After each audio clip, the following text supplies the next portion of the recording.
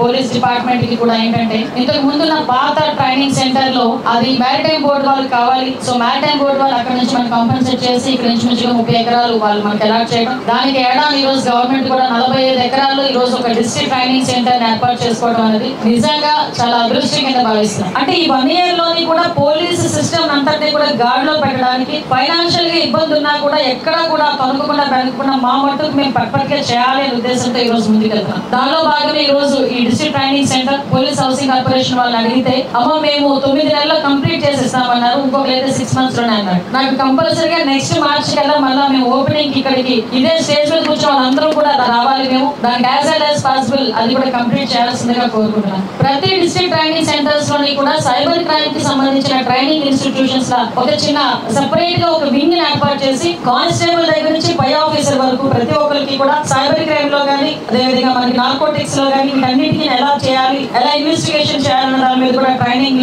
ఏర్పాటు చేస్తే బాగుంటుంది. దీని మీద ఒక ప్రతిపాదన కూడా పెడదామని చెప్పి మా డిపార్ట్మెంట్ సహాయ సహకారాలు కూడా కోరుకుంటున్నా. రాబోయే కాలంలో డెఫినెట్ గా అది కూడా పెట్టాలి. మెరైన్ పోలీసులు సాధారణంగా ఏమనుకుంటాం అంటే కోస్టల్ గార్డ్ సంబంధించి అనుకుంటారు, కానీ ఈ రోజు ఏంటంటే పెద్ద కోస్టల్ గార్డ్, అతిపెద్ద కోస్టల్ గార్డ్ ఆంధ్రప్రదేశ్ కి. లాస్ట్ టైం వచ్చినప్పుడు కూడా గౌరవ మంత్రి గారు అడిగారు ఇక్కడ మెరైన్ పోలీస్ స్టేషన్ పునరుద్ధరించాలని. కంపల్సరీగా పునరుద్ధరించాల్సిన బాధ్యత కూడా ఉంది, ఎందుకంటే ఇక్కడ పోర్ట్ ఇవన్నీ ఉన్నాయి కాబట్టి డెఫినెట్ గా ఇక్కడ మెరైన్ పోలీస్ స్టేషన్ ని మనం పునరుద్ధరించుకోవాల్సిన అవసరం ఉంది. దాని దిశగా ముందుకు వెళ్తామని మీ అందరికీ కూడా తెలియజేసుకుంటున్నాం.